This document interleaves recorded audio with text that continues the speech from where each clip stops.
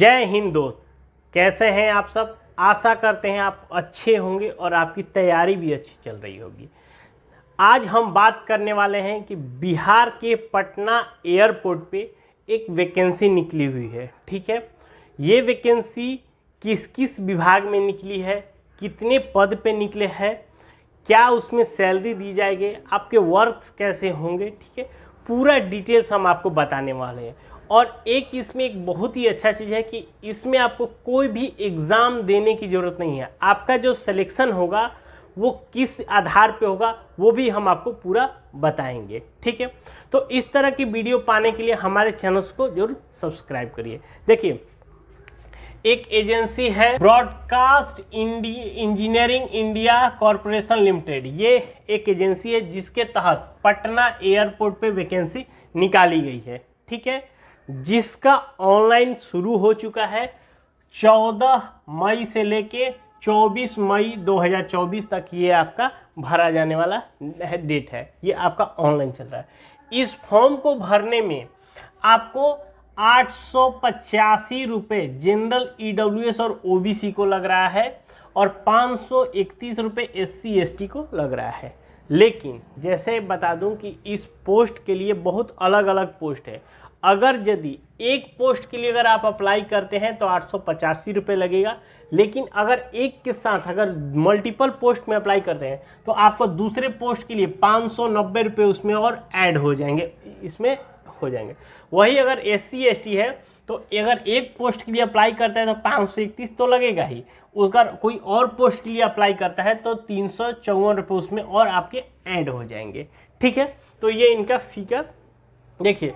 एक तरह से बता दूं, ज़्यादातर एयरपोर्ट पे जो फॉर्म्स होते हैं वो फ्री ऑफ कॉस्ट होते हैं, लेकिन इस एजेंसी के में अगर मैं देख रहा हूँ कि बहुत ही ज़्यादा कॉस्ट ले रहा है। ठीक है, तो ये जो कि देखा जाए तो ये सबके बस के अफोर्डेबल नहीं है। लेकिन हाँ, जो भी लोग एयरपोर्ट में अपना जॉब करना चाहते हैं, ठीक है, जो इंटरेस्टेड हैं, तो वो लोग इस फॉर्म को जरूर आप डाल सकते हैं। ठीक है, अब हम बात करते हैं पूरा डिटेल्स में इसमें पोस्ट क्या क्या है। देखिए, पहला पोस्ट है ऑफिस अटेंडेंट के लिए। ठीक है, जिसके लिए आपको ग्रेजुएशन पास है, यानी कि कोई भी बीए, बीएससी, बीकॉम कुछ भी आपने किया है तो आप इसके लिए एलिजिबल है।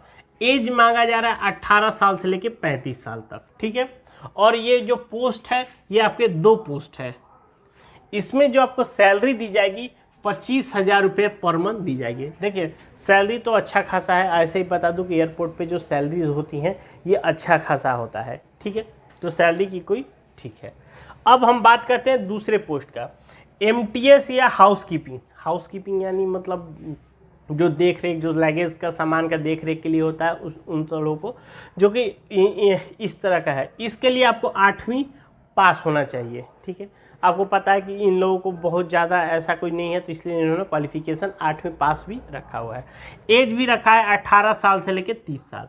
पोस्ट देखा जाए तो मात्र एक पोस्ट है और इनको सैलरी दी जाएगी 16,926 रुपये पर मंथ के हिसाब से। ठीक है, उसके बाद तीसरा पोस्ट है सुपरवाइजर का। सुपरवाइजर के लिए आपको ग्रेजुएशन तो चाहिए ही चाहिए, यानी कोई भी, अगर आप कोई भी बीएससी, बीकॉम या बीए किए हुए हैं, उसके साथ साथ आपको कंप्यूटर का नॉलेज होना चाहिए। जैसे आपका ऑफिस हो गया, जो बेसिक्स कंप्यूटर होते हैं इन सब, क्योंकि हो सकता है कि आपका डाटा एंट्री का वर्क भी हो कि क्या कितना माल गया, क्या हुआ, किस तरह से गया, तो आपको एक तरह से डाटा मेंटेन करना है सिस्टम पे, तो उसको इन्होंने कंप्यूटर नॉलेज मांगा हुआ है। ठीक है, उसका एज रखा गया 18 साल से लिए 30 साल। पोस्ट है 2 पोस्ट है और आपको जो सैलरी दी जाएगी 22,412 रुपये। ठीक है, सैलरी ठीक ठाक है, कोई कम भी नहीं है, क्योंकि हम बता दूं कि एयरपोर्ट पे सैलरी आपको अच्छी मिलती ही है। उसके बाद एक है लोडर का। लोडर के लिए आपको चाहिए 12th पास प्लस में लोकल लैंग्वेज और हिंदी आपकी आनी चाहिए। लोकल लैंग्वेज मतलब क्या, जैसे हमारे पटना एयरपोर्ट पे है तो वहाँ पे क्या होता है कि पटना में अगर बिहार में जो लोकल लैंग्वेज होती है भोजपुरी होती है, तो आपको वहाँ से भोजपुरी, थोड़ी बहुत पटना का जो लोकल लैंग्वेज है वो हुआ। अगर एक तरह से भोजपुरी ही कह लें तो वो लोकल लैंग्वेज हो गया। हिंदी तो आपको आनी ही चाहिए और आप 12वीं पास है तो इसके लिए आप एलिजिबल है। आपका एज मांगा जा रहा है 18 साल से लेकर 35 साल तक। इसमें आपका 14 पोस्ट है। ये थोड़ा पोस्ट ठीक ठाक है। इस पोस्ट के लिए आपको 16,926 रुपये ये आपका पर मंथ दिया जाएगा। ठीक है, तो ये आपके 4 अलग अलग तरह के पोस्ट पे आपकी वैकेंसी निकली हुई है। नंबर ऑफ वैकेंसीज आपके सामने है। ठीक है, क्वालिफिकेशन भी आपके सामने है और आपकी सैलरी भी पूरी दी गई है। ठीक है, अब बात करते हैं सिलेक्शन करने का प्रोसेस। देखिए, सिलेक्शन करने का इसका प्रोसेस है, पहले तो है नो एग्ज़ाम, यानी आपको कोई एग्ज़ाम नहीं देना है। तो भैया अगर एग्ज़ाम नहीं देना है तो क्या करना है? देखिए, इसका क्या है कि ये जो कॉन्ट्रैक्ट है, आपको पहले फॉर्म भराएगा, फॉर्म भरने के बाद आपको वहाँ पर सेलेक्ट करेगा कि मान लीजिए किसी का ग्रेजुएशन में 85% है, किसी का 40% है, तो क्या सबको मौका देगा? नहीं। तो वो पहले एक मेरे फाइनल लिस्ट शॉर्ट लिस्ट करेंगे। उस शॉर्ट लिस्ट के आधार पे आपको वहाँ पे बुलाया जाएगा इंटरव्यू के लिए। आपको इंटरव्यू होगा। इंटरव्यू में जब आप जाएंगे वहाँ पे इंटरव्यू अपना देंगे। अगर इंटरव्यू में आप सक्सेस होते हैं तो फिर आपको पटना एयरपोर्ट पे आपके ज्वाइनिंग के लिए बुलाया जाएगा। ठीक है, तो बता दूं कि देखिए, पोस्ट तो ज़्यादा नहीं है, लेकिन अगर जो भी लोग, कोई भी लोग अगर एयरपोर्ट पे वैकेंसी के लिए इंटरेस्टेड हैं तो वो अपना एक बार फॉर्म जरूर डाल सकते हैं। ठीक है, अगर इसके अलावा आपको कोई और जानकारी चाहिए तो हमें नीचे कमेंट करके जरूर पूछ सकते हैं। वीडियो अच्छा लगे एक लाइक जरूर करिए और चैनल को सब्सक्राइब करिए। तब तक के लिए